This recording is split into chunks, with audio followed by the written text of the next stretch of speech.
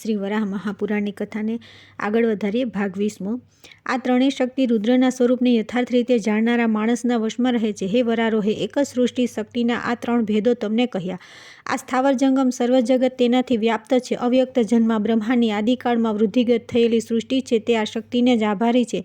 પિતામહ બ્રહ્માએ એની જે યોગ્ય સ્તુતિ કરી છે તે આ પ્રમાણે છે. બ્રહ્મા બોલ્યા કે હે ધ્રુવા, હે દેવી, હે ધરા, હે અક્ષરા, તમે સત્યમાંથી ઉત્પન્ન થયેલા છો, તમારો જય થાઓ. સર્વભૂતોના જન્ય હે મહેશ્વરી, સર્વવ્યાપક સર્વજ્ઞ હે વરારોહે, તમે સર્વસિદ્ધિઓ આપનારા છો. સૃષ્ટિને ઉત્પન્ન કરનારા તમે પરમેશ્વરી છો. સર્વસિદ્ધિઓ અને બુદ્ધિને આપનારા હે દેવી, તમે સ્વાહા રૂપે દેવોને હવ્ય ભાગ અને સ્વધા રૂપે પિતૃઓને કવ્ય ભાગ આપો છો. તમારાથી સર્વ જગતની ઉત્પત્તિ થઈ છે. તમે સર્વના આદિ ઓમકાર સ્વરૂપ છો.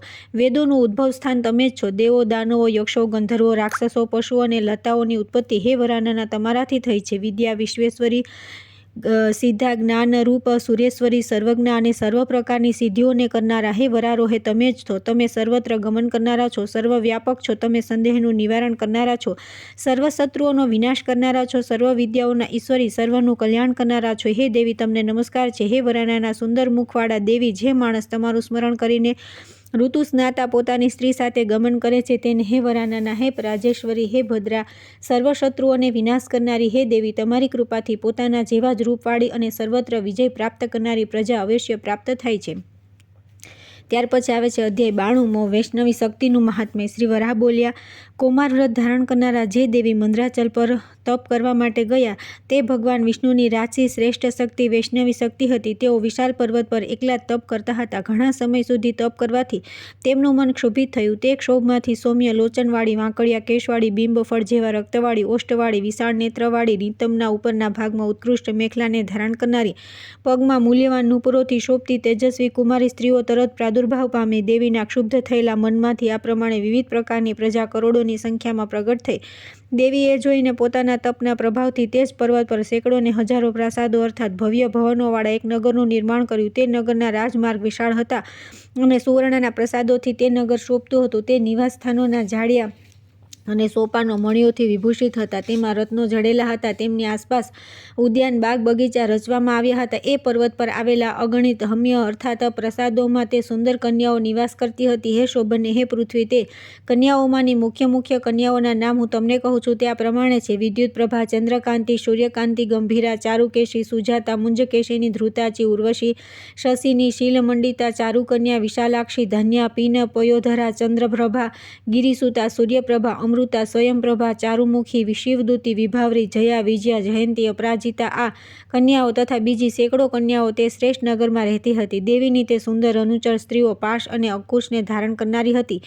સિંહાસન પર વિરાજમાન થયેલા કલ્યાણકારિણી તે દેવી તેમની આ અનુચરોથી ઘેરાયેલા હતા. તે સ્ત્રીઓ વૈભવશાલિની તે દેવીને શ્વેત ચમર ઢોળતી હતી. સર્વાંગ સુંદર તે શ્રેષ્ઠ કુમારી સ્ત્રીઓથી સર્વ અંગોથી શોભતા દેવી ઘેરાયેલા હતા. તે સ્ત્રીઓ દેવીનું પૂજન કરતી હતી. કુમાર વ્રત ધારણ કરનારા તે દેવી તપશ્ચર્યા કરવા માટે તૈયાર થયા હતા. એવામાં બ્રહ્માના પુત્ર દેવર્ષિ નારદ ત્યાં આવી પહોંચ્યા. તેમને ઓચિંતા આવી ચડેલા જોઈને દેવીએ વિદ્યુત પ્રભા નામની પોતાની અનુચરીને કહ્યું કે ભગવાન નારદને આસન આપો, આમને શીઘ્ર પાદ્ય અને આચમન માટે જળ આપો. દેવીએ તે વિદ્યુત પ્રભા નામની સુંદર કન્યાને આ પ્રમાણે કહ્યું. તેથી તેણે નારદ મુનિને અર્ધ્ય અને પાદ્ય માટે જળ આપ્યું. પછી મુનિ નારદ આસન ઉપર બેઠા એટલે દેવી અત્યંત હર્ષપૂર્વક નમ્ર ભાવે તેમને પૂછ્યું કે હે મુનિશ્રેષ્ઠ, હું આપનું સ્વાગત કરું છું. કયા લોકમાંથી આપ અહીં પધાર્યા છો તે કહો. મારે આપનું શું કાર્ય કરવાનું છે મને તે શીઘ્ર જણાવો. દેવીએ નારદને આ પ્રમાણે પૂછવાથી મહાજ્ઞાની નારદ બોલ્યા કે હું બ્રહ્મલોકમાંથી ઇન્દ્રલોકમાં ગયો હતો, પછી ત્યાંથી હું રુદ્રલોકમાં ગયો અને ત્યાંથી હે દેવી, હે કલ્યાણી, તમારા દર્શન કરવા માટે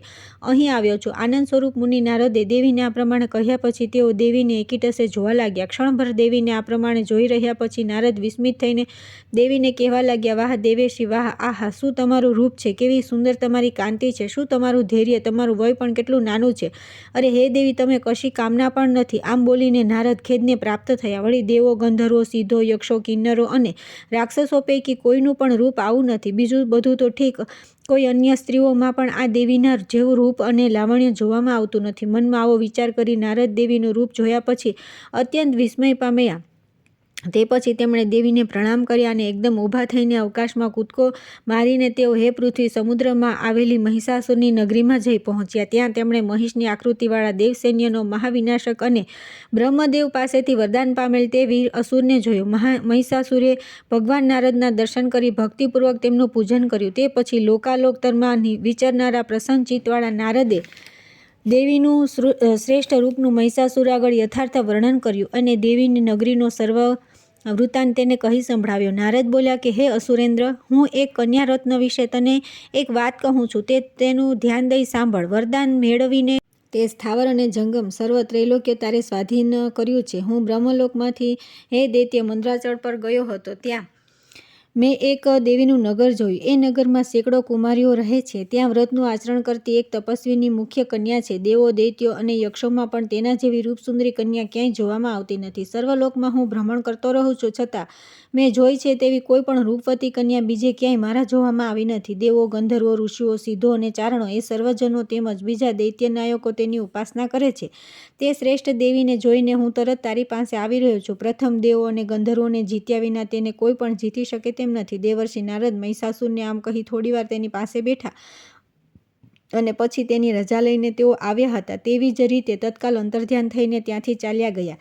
ત્યાર પછી આવે છે અધ્યાય 93મો, મંત્રી અને મહિષાસુરનો સંવાદ. શ્રી વરાહ બોલ્યા, નારદના મુખેથી દેવીના રૂપની વાત સાંભળીને આશ્ચર્યથી ચકિત થયેલા મનવાળો તે મહિષાસુર તે મુનિના ગયા પછી મનમાં દેવીનો જ વિચાર કર્યા કરતો હતો. તેને જરાય ચેન પડતું ન હતું. આથી તેણે પોતાના અલંગઅશ્મા નામના એક મંત્રીને બોલાવ્યો અને તેની સાથે વાતચીત કરી. દૈત્યરાજ મહિષાસુરને 8 મંત્રીઓ હતા.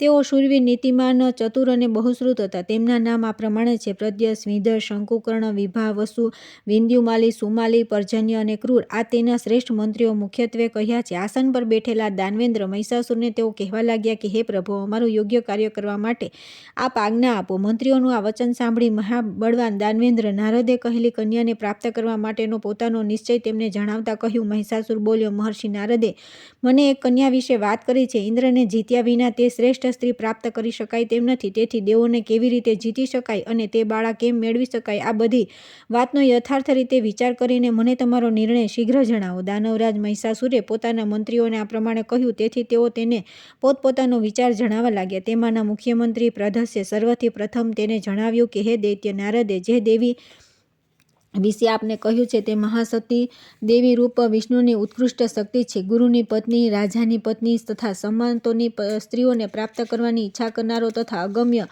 ગમન અર્થાત ભોગવવા યોગ્ય ન હોય તેવી સ્ત્રીનો ભોગ ઈચ્છાવાળો રાજા વિનાશ પામે છે. પ્રાદસ નામના મંત્રીએ મહિષાસુરને આ પ્રમાણે કહ્યા પછી તેનો વિદસ નામનો મંત્રી બોલ્યો કે હે પાર્થિવ, પ્રધસે તે દેવી વિશે જે કહ્યું છે તે યોગ્ય જ છે. બુદ્ધિપૂર્વક વિચાર કરવાથી એવું જણાય છે કે વિજય પ્રાપ્ત કરવાની ઈચ્છાવાળાએ સર્વદા કુમારી કન્યાને વરવું જોઈએ, અર્થાત પાણી ગ્રહણ કરવા માટે કુમારી કન્યાને પસંદ કરવી જોઈએ. સ્વતંત્રપણે ક્યારે પણ કુમારી કન્યાને ઉપાડી જવાય નહીં કે બળપૂર્વક તેનો કબજો લેવાય નહીં. તે પછી અન્ય મંત્રીઓને ઉદ્દેશીને વિદસ બોલ્યો કે હે શ્રેષ્ઠ મંત્રીઓ, જો તમને મારી સલાહ ગમતી હોય તો તમે બધા મંત્રીઓ દેવી પાસે જાઓ અને આપણા રાજા મહિષાસુર માટે દેવીના હાથની માગણી કરો. અથવા તો દેવીનો કોઈ મહાનુભાવ, બંધુ કે સગો હોય તો આપણે બધા તેની પાસે જઈને દૈત્યરાજ માટે દેવીના હાથની યાચના કરીએ. પ્રથમ આપણે તેને સામ ઉપાયથી વશ કરીશું, તેને સમજાવીશું. જો નહીં સમજે તો તેને કંઈક દ્રવ્ય આપીશું. જો એમ પણ નહીં માને તો ભેદ નીતિનો ઉપયોગ કરીશું, અર્થાત દેવી અને સગાઓ વચ્ચે ફૂટફાટ પડાવીશું. અને છેવટે કોઈ પણ રીતે કોઈ નહીં માને અને આપણા કાર્યમાં આપણને નિષ્ફળતા પ્રાપ્ત થવાનો પ્રસંગ ઉપસ્થિત થાય તો પછી દંડનો ભય દેખાડીશું, અર્થાત છેવટે યુદ્ધ કરવું પડે તો તે માટે પણ આપણે સજ્જ થઈશું. આમ સામ અને દાનાદિ ક્રમથી જો આપણા દૈત્યરાજ માટે તે શ્રેષ્ઠ સ્ત્રી પ્રાપ્ત નહીં થાય તો આપણે શસ્ત્રસજ્જ થઈને યુદ્ધ કરવા જઈશું અને તે કલ્યાણીને બળજબરીથી લઈ આવીશું. વિદસ નામના મંત્રીએ આ પ્રમાણે કહ્યું ત્યારે બાકીના બીજા મંત્રીઓ તેની વાત સાંભળીને હર્ષ પામ્યા અને કહેવા લાગ્યા કે બહુ સારું, બહુ સારું, વાહ, ઘણું સારું. વિદસે યોગ્ય જ કહ્યું છે અને એ પ્રમાણે જ કરવું જોઈએ. આપણે દેવી પાસે એક દૂતને તરત જ મોકલવો જોઈએ અને તે દૂત સર્વશસ્ત્રોની નીતિને જાણનારો, નીતિમાન, પવિત્ર, સુરવીર હોવો જોઈએ અને એ રીતે દેવીના વર્ણ, રૂપ, ગુણ, પરાક્રમ, શૌર્ય, ગર્વ, બળ, સગાવાલા અને બંધુવર્ગને જાણી લેવા. વળી આપણી પાસેની સાધન સામગ્રીથી દેવીને પોતાના સ્થાનેથી કેવી રીતે ખસેડીને વશમાં લાવી શકાય વગેરે દેવી સંબંધી સર્વ વાતો જાણી લઈને આપણે કાર્યનો આરંભ કરવો. હે વરારોહે, હે પૃથ્વી, વિદસ મંત્રીની સલાહને બીજા મંત્રીઓ વધાવી લીધી અને બધા તેના વખાણ કરવા લાગ્યા. પછી બધા મંત્રીઓ દેવી પાસે એક દૂતને મોકલવાની પેરવીમાં પડ્યા. આ કાર્ય માટે તેમણે વિદ્યુતપ્રભા નામના એક દૈત્યને દૂત તરીકે મોકલવાનું નક્કી કર્યું. તે મહાભાગ્યશાળી દૂત અનેક પ્રકારની માયા કરવામાં નિપુણ હતો.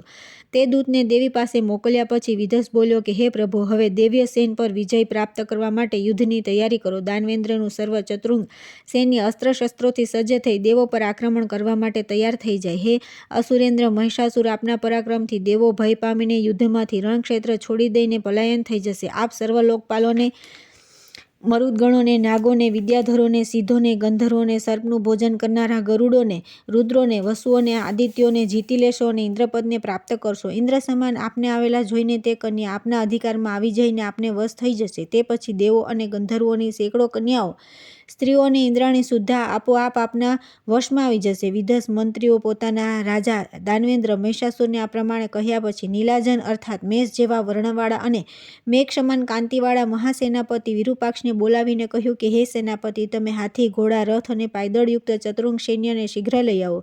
જેના બળથી યુદ્ધમાં મુશ્કેલીથી જીતી શકાય તેવા ગંધર્વો સહિત સર્વ દેવોને હું વિનાશ કરી નાખીશ. સેનાપતિ વિરૂપાક્ષને વિદસ મંત્રી આ પ્રમાણે કહ્યા પછી તે સેનાપતિ કદાપી પરાજિત કરી શકાય નહીં.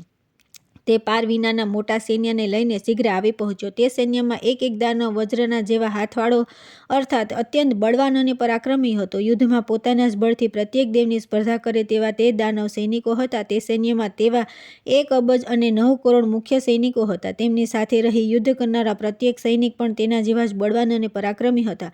તે મહાનુભાવ દૈત્યોના સૈન્યમાં કેવળ એક જ સૈનિક અને એક એક મુખ્ય સેનાની હતો. સાથે રહીને લડે એટલું જ નહીં, પરંતુ હજારો સૈન્યોમાં હજારો સૈનિકો ભયંકર યુદ્ધ ખેલી શકે તેવા પરાક્રમી હતા. પ્રહાર કરવામાં કુશળ અને દેવો સાથે યુદ્ધ કરવા માટે તૈયાર થઈ રહેલા છતાં વ્યગ્રતા રહિત તે દૈત્યોએ આપસમાં યુદ્ધ વિશે યોગ્ય મંત્રણા કર્યા પછી દેવતાઓના સૈન્યનો વિનાશ કરવાની ઈચ્છાથી તેમણે પ્રયાણ કર્યું. તેમના વાહનો અદ્ભુત હતા. વિવિધ પ્રકારની ધજા પતાકો તેમના રથો પર ફરકતી હતી. તેમણે વિચિત્ર પ્રકારના શસ્ત્રો ધારણ કરેલા હતા. વિવિધ પ્રકારના ભયંકર રૂપવાળા તે દૈત્યો હાથમાં હથિયાર ધારણ કરીને દેવોને જીતવાની ઈચ્છાથી ગેલમાં આવી જઈને ઊંચે સાદે વિજય ગીતો ગાતા હતા અને નૃત્ય કરતા હતા. ત્યાર પછી આવે છે અધ્યાય 94.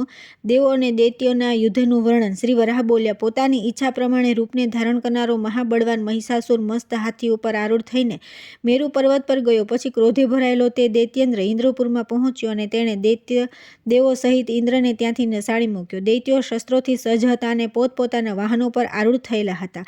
એટલે મેરુ પર્વત પર આવેલા ઇન્દ્રપુરમાં પહોંચી જે અત્યંત આનંદ પામી તેમણે દેવોને રણક્ષેત્રમાંથી ભગાડી મૂક્યા. પ્રચંડ યોદ્ધાઓ એકબીજાને જઈને ગર્જના કરતા હતા. તે સમયે દેવો અને દૈત્યો વચ્ચે રૂવાડા ઊભા થઈ જાય તેવું ભયંકર યુદ્ધ થવા માંડ્યું. તે યુદ્ધમાંથી અંજન, નીલકુક્ષી, મેઘવર્ણ, બલાહક, ઉદારાક્ષ, લલાટાક્ષ, સુભીમ અને ભયંકર પરાક્રમી સ્વરભાનુ નામના આ 8 દૈત્યોએ વસુઓને નાસતા કરી દીધા. 12 આદિત્યો સાથે બીજા 12 દૈત્યોએ યુદ્ધ કર્યું. તે દૈત્યોના નામ આ પ્રમાણે છે: ભીમ, ધ્વક્ષ, ધ્વસ્તકર્ણ, શંકુકર્ણ, વજ્ર, જ્યોતિવીર્ય, વિંધ્યુમાલી, રક્તાશ, ભયંકર દાઢવાળો, વિદ્યુત જીહ્વ, અતિકાય, મહાકાય અને દીર્ઘબાહુવાળો કૃતાંતક. આ 12 દૈત્યોએ આદિત્યો સાથે યુદ્ધ કરી તેમને યુદ્ધભૂમિમાંથી ભગાડી મૂક્યા. એવી જ રીતે વ્યગ્રતા રહિત બીજા 11 દાનવોએ પણ પોતાના સૈન્યના બળથી રુદ્રોને રણક્ષેત્રમાં નસાડી મૂક્યા. ભયંકર પરાક્રમ કરનારા અને યુદ્ધ કરવા માટે ગર્વથી છકી ગયેલા કાલ, કૃતાંત, રક્તાશ, હરણ, મિત્ર, નલ, યજ્ઞ, બ્રહ્મ, ગોધ્ર,